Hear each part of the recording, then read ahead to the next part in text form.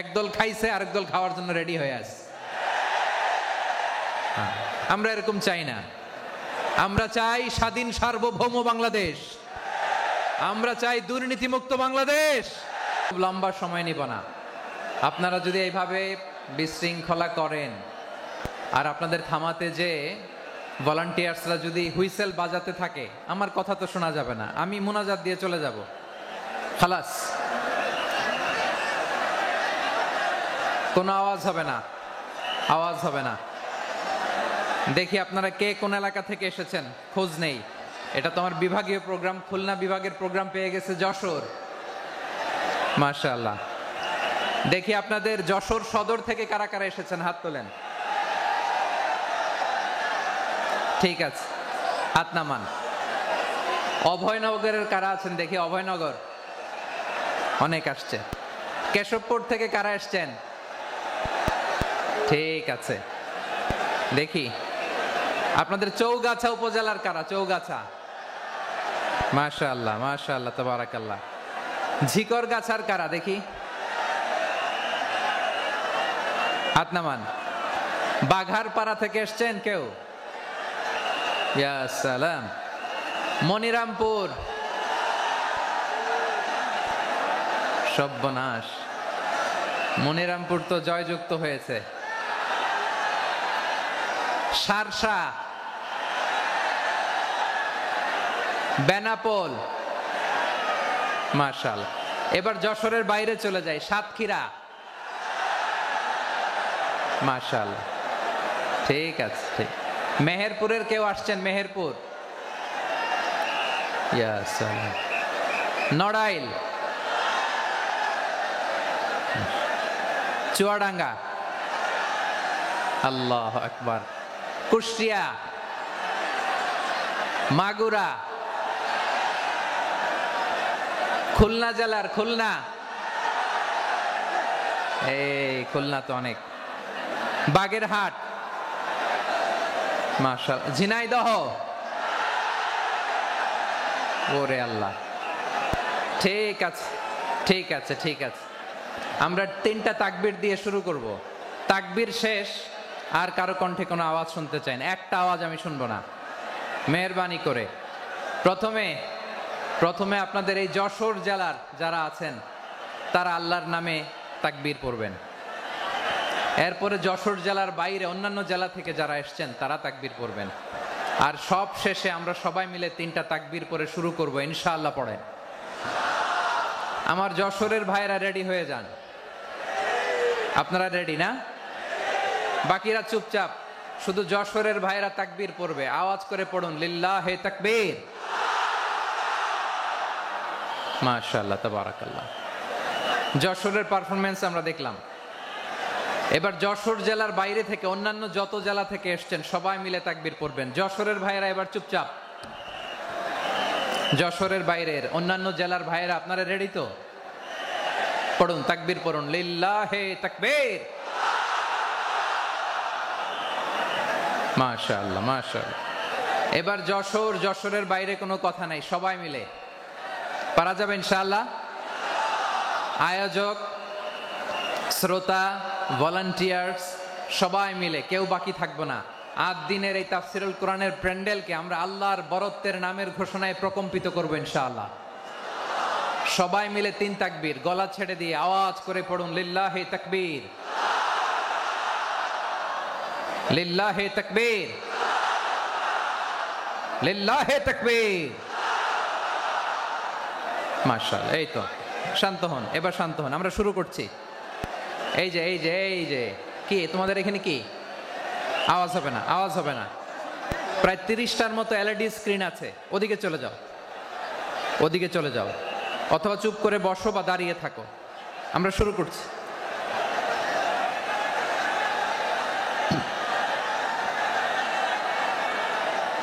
ইন্নাল হামদালিল্লাহ নাহমাদুহু ওয়া নাস্তাঈনুহু ওয়া নাস্তাগফিরুহু ওয়া নু'মিনু বিহি ওয়া নাতাওয়াক্কালু আলাইহি ওয়া নাউযু বিল্লাহি মিন শুরুরি আনফুসিনা ومن سيئات أعمالنا من يهده الله فلا مضل له ومن يضلل فلا هادي له أي فلن تجد له وليا مرشدا ونشهد أن لا إله إلا الله وحده لا شريك له ধাক্কির কোনো মানে হয় না। তোমরা ধাক্কা ধাক্কি করবা, এই জন্য প্যান্ডেল করা হয় নাই 9টা। বসো, কোনো কথা নাই, বসো বসো। কানগুলো খরগোশের কানের মতো খাড়া করো, কোনো আওয়াজ নাই, আওয়াজ নাই, কোনো আওয়াজ নাই। এই যে প্রিয় ভাইরা, আল্লাহর ওয়াস্তে চুপ করুন। যশোরের ভাইরা, আল্লাহর ওয়াস্তে চুপ করুন। আমি 10 থেকে 0 গুনবো, এরপরে যদি আওয়াজ হয় চলে যাব, আমি চলে যাব, কিন্তু কোনো আওয়াজ নাই। আমি কিছু জিজ্ঞেস করলে উত্তর দেওয়ার সময় গলা ফাটায় আওয়াজ করতে হবে, ঠিক কিনা? বাস, এর বাইরে আর আওয়াজ নাই। 10 থেকে 0 গুনবো, হয় বসো, নয় অন্য প্যান্ডেলে যাও, কোনো আওয়াজ হবে না। 10, 9, 8, 7,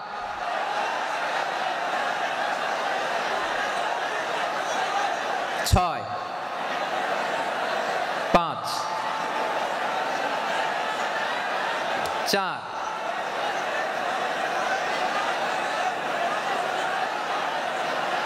3, 2, 1, 0। প্রিয় ভাইয়েরা, অনেক আলোচনা হয়েছে 3 দিন ব্যাপী। দেশ বরেণ্য প্রথিতযশা ওলামায়ে হযরতের মুখে আপনারা অসংখ্য কথা শুনেছেন। আমলের জন্য এগুলোই যথেষ্ট, নতুন করে আমার বলার কিছুর দরকার নাই। নতুন করে উপস্থাপনের মতো বলার মতো আমার কাছে কিছু নাইও। যা বলার 1500 বছর আগে আল্লাহ তাআলা উম্মাকে বলে দিয়েছেন, ঠিক কিনা? এমন কিতাব দান করেছে যে কিতাবে ভুল নাই, যতই পড়ি ততই শেখা যায়। বিয়ন্ডলেস, বাউন্ডলেস, বটমলেস, কুল কিনারা নাই, কুল কিনারা বিহীন সাগর। পড়েন সুবহানাল্লাহ। গত 3 দিন ধরে স্কলাররা যে সমস্ত বিষয় কোরআন সুন্নাহর আলোকে আলোচনা করেছে, আমরা যেন সেগুলোর উপর আমল করতে পারি। আল্লাহ তৌফিক দান করুক, আমরা পড়ি আমিন। আসুন, এখানে আসার, বসার, এই প্রোগ্রামে অংশগ্রহণ করার উদ্দেশ্যকে, নিয়াতকে আমরা খালেস করে নেই। আজকে আমরা যা শুনবো, শিখবো, আমলের নিয়তে শুনবো, ঠিক কিনা বলেন? শেষ পর্যন্ত নীরবতা বজায় রাখবো। আমি উঠবো, আপনারা উঠবেন। এর আগে ওঠা যাবে না। স্কেডিউলে একটু চেঞ্জ এসেছে, এশার সালাত হয়নি। আমার আলোচনার পরপরই আজান হবে। এশার সালাতে আমরা জামাতে অংশগ্রহণ করে একসাথে বিদায় নেব ইনশাল্লাহ। বলেন। বিশৃঙ্খলা করলে আমার বুঝাতে, পয়েন্টগুলো শেয়ার করতে দেরি হবে। আর এই যে এরকম নীরব নিস্তব্ধ থাকলে সুবিধা হবে। আল্লাহর ওয়াস্তে বি স্মার্ট।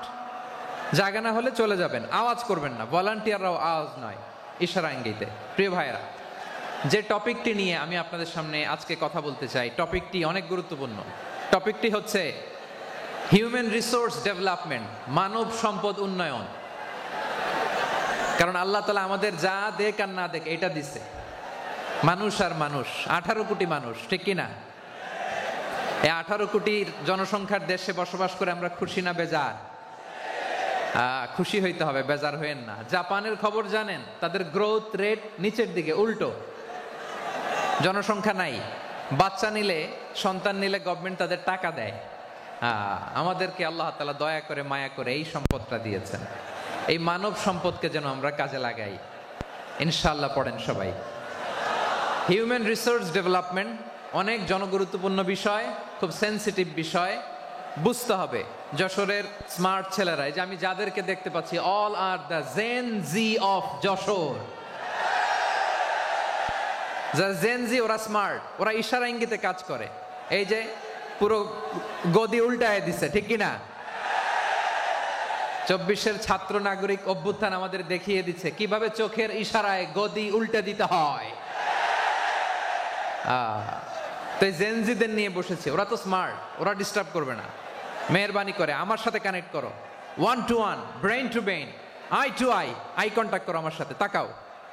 কষ্ট হলো আমার দিকে তাকাও, আওয়াজ করা যাবে না, আমার দিকে তাকাও। প্রিয় ভাইয়েরা,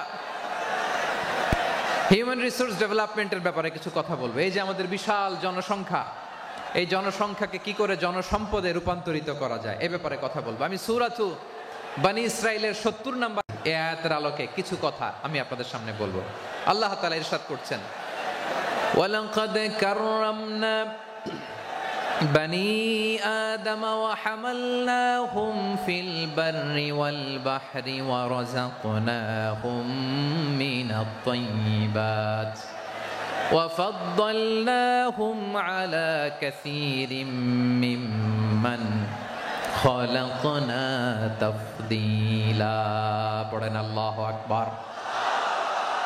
রব্বুল আলামিন বলেন, ওয়ালাকাদ কাররামনা বনী আদম, আমি বনী আদমকে সম্মানিত করেছি, বনী আদমকে মর্যাদা দিয়েছি।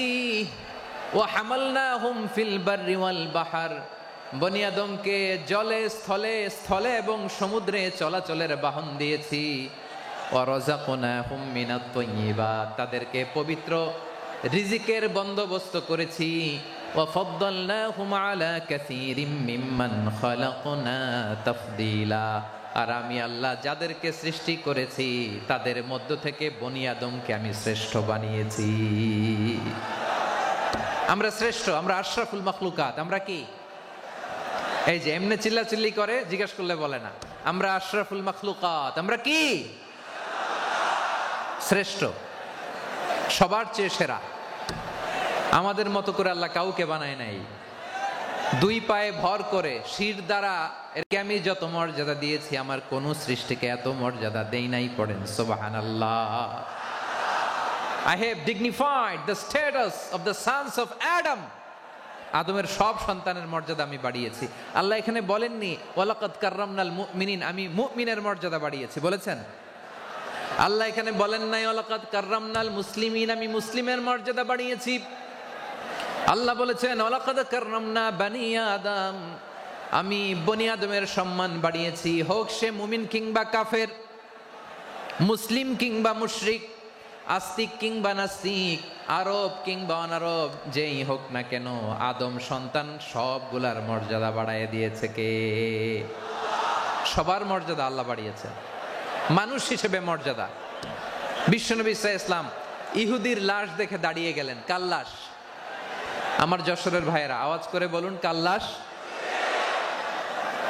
ইহুদির লাশ দেখে দাঁড়ায় গেলেন। সাহাবারা বললেন, ইয়া রাসূলুল্লাহ, আপনি দাঁড়ালেন যে, এটা তো ইহুদির লাশ। বিশ্বনবী বললেন, আওয়ালাইসাত নাফসান, এটা কি মানুষ নয়? এটা হোক ইহুদি হোক খ্রিস্টান, এটা তো মানুষ। আমি মানুষ দেখে দাঁড়িয়েছি। আই স্যালিউট দ্য হিউম্যানিটি, আমি মানবতাকে সম্মান করেছি। পড়েন সুবহানাল্লাহ। তাহলে এই জমিনে মানুষের মর্যাদা বেশি, হোক আস্তিক হোক নাস্তিক, হোক মুমিন কিংবা কাফের। আদমের সন্তান হলে, মানুষ হলেই তার মর্যাদা বাড়িয়েছে কে? আমার কলিজার টুকরা যশোরের ভাইয়েরা, মানুষের মর্যাদা আল্লাহ এত বাড়িয়েছেন, মানুষ জীবিত থাকলেও যেমনি মর্যাদাবান, মরে গেলেও মর্যাদাবান। সুবহানাল্লাহ পড়েন। মানুষ মরে গেলে এই ডেড বডিটা কি হয়? পচে যায়, গলে যায়, মাটির সাথে মিশে যায়। তাই বলে আপনি ডেড বডির সাথে যাচ্ছে তাই করতে পারবেন না, পারবেন? কেউ যদি অন্যায় করে তাকে যদি আপনি শাস্তির আওতায় আনেন, যা মনে চায় করতে পারবেন না। তারা আগুন দিয়ে পোড়াতে পারবেন না, নাক কাটতে পারবেন না, কান কাটতে পারবেন না, অঙ্গ বিকৃতি করতে পারবেন না। কারণ মানব জাতির মর্যাদা স্বয়ং দিয়েছে কে? ডেড বডি পচে যাবে, গলে যাবে। তারপর ইসলাম বলে না, খবরদার, এই মরা লাশটারও একটা মর্যাদা আছে না নাই? ইসলাম বলে এই লাশটা গলে যাবে, পচে যাবে, কিন্তু এটার অমর্যাদা করো না। কর্পূর দিয়ে, খেজুর পাতা দিয়ে, এটাকে ওয়ার্ম ওয়াটার দিয়ে, গরম পানি দিয়ে ধৌত করো। সাদা শুভ্র ধবধবে কাপড় দিয়ে লাশটাকে তুমি কাভার করো।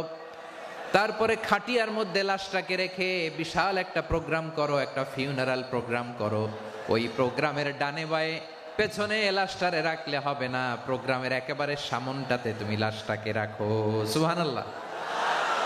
একটা ফিউনারাল প্রোগ্রাম করতে হবে, তাকে শেষ বিদায় জানাতে হবে, যেটাকে আমরা জানাজা বলি। কি বলি? জানাজা মানে মাইয়েতের জন্য দোয়া, তার জন্য দোয়া করা হয়। তাকে একটা সিস্টেমেটিক অর্ডারে কবরে রাখা হয়।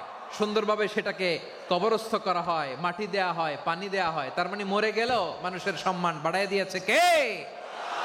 এজন্য আল্লাহ বললেন ওয়ালাকাদ কাররামনা বানি আদম, বনি আদমের সম্মান মর্যাদা আমি আল্লাহ বাড়িয়ে দিয়েছি। মানুষের সম্মানে তুমি কখনো আঘাত করো না, ঠিক কি না? তাহলে ভাই, প্রথম মেসেজ হচ্ছে the first and foremost message tonight to the people of জাসর। আল্লাহ বলেন I have dignified the status of son of Adam. আমি বনি আদম সবার মর্যাদা বাড়িয়ে দিয়েছি, হোক আস্তিক নাস্তিক, হোক কাফের কিংবা মুশরিক, তার মর্যাদা বাড়াই দিছে কে? যখন বন্যা হয় আমরা ত্রাণ নিয়ে যাই, আমরা শুধু মুসলমানদেরকে ত্রাণ দেই নাকি? হ্যাঁ, আমরা মুসলমানকেও দেই, অমুসলমানকেও দেই, হিন্দুকেও দেই, বৌদ্ধকেও দেই। যেখানেই মানবতা বিপন্ন সেখানে ইসলামের হেল্পিং হ্যান্ড আছে না নাই? সুবহানাল্লাহ, কি দিন আমরা পেয়েছি, কি বিধান আমরা পেয়েছি। ওয়ালাকাদ কাররামনা বানি আদম, আমি বনি আদমকে সম্মানিত করেছি। এরপর আল্লাহ বললেন ওয়া হামালনাহুম ফিল বাররি ওয়াল বাহর, মানুষকে স্থলে এবং সমুদ্রে চলাচলের বাহন আমি দিয়েছি। স্থলে কিভাবে চলবে, জলে কিভাবে চলবে, এই বাহনের ব্যবস্থা করেছে কে? এই জেনজি, এই স্যামড়া, ইরাম করতেছো কিসের জন্য? হ্যাঁ, ইরাম করলে চলবি? হ্যাঁ, বস বস বস বস, আওয়াজ করতেছো কেন? দিবানা, কথা বলতে দিবানা আমাকে? তো এইটা বুঝি তোমাদের ভালোবাসার নমুনা? তোমাদের ভালোবাসার কারণে যদি আমি কোথাও দাঁড়াতেই না পারি, কোথাও বসতে না পারি, কোথাও দুটা কথা বলতে না পারি, এই ভালোবাসা দিয়ে কি হবে আমার? বরং ঘামতে ঘামতে ঘর্মাক্ত হব, রক্তাক্ত হব। কিন্তু সেন্ট্রাল থেকে, সেন্ট্রালি যে ইনস্ট্রাকশন আসবে, সেই ইনস্ট্রাকশনের এক চুল আমরা ডানে বায়ে যাব না। এইটা গণজাগরণের জন্য এইটা দরকার, ইসলামী বিপ্লবের জন্য এইটা দরকার। তো আধা ঘন্টা ধরে যদি তোমাদেরকে থামানোই না যায়, এই লস্কর দিয়ে আমি কি করব? আল্লাহর ওয়াস্তে নো নো নো স্লোগান, চুপচাপ একেবারে আমার দিকে তাকাও। আল্লাহ বললেন ওয়া হামালনাহুম ফিল বাররি ওয়াল বাহর, জলে স্থলে আমি চলাচলের যানবাহনের ব্যবস্থা করেছি। আমরা স্থলে ঘোড়ার উপরে চড়ি, উটের উপরে চড়ি, গাড়ির উপরে চড়ি। এই যে গাড়ির ইঞ্জিন বানাইছি আমরা, এটার মেধা দিয়েছে কে? আবার সাগরের মধ্যে আমরা নৌযান, জলযান, বড় বড় জাহাজ দিয়ে এক মহাদেশ থেকে আরেক মহাদেশ যাই, এক দেশ থেকে মালামালগুলো আরেক দেশে পাঠাই। সাগরের ভেতরে নৌকাগুলোরে ধরে রাখলো কে? ওয়াল ফুলকিল্লাতী তাজরি ফিল বাহরি বিমা ইয়ানফাউন নাস। মানুষের উপকার আছে এরকম সরঞ্জামাদি নিয়ে সাগরের উপরে বিশাল বিশাল জলযানগুলো চলে, এগুলো ডুবে যায় না, কাত হয়ে যায় না, পড়ে যায় না। এগুলোকে স্থিতিস্থাপকতাকে ঠিক করে রাখলো কে? আপনারা জাহাজ দেখেছেন? জাহাজ, হ্যাঁ, বাড়ি চট্টগ্রাম হইলে দেখতে পারতেন, দেখছেন? বিশাল বিশাল জাহাজ, বিশাল জাহাজ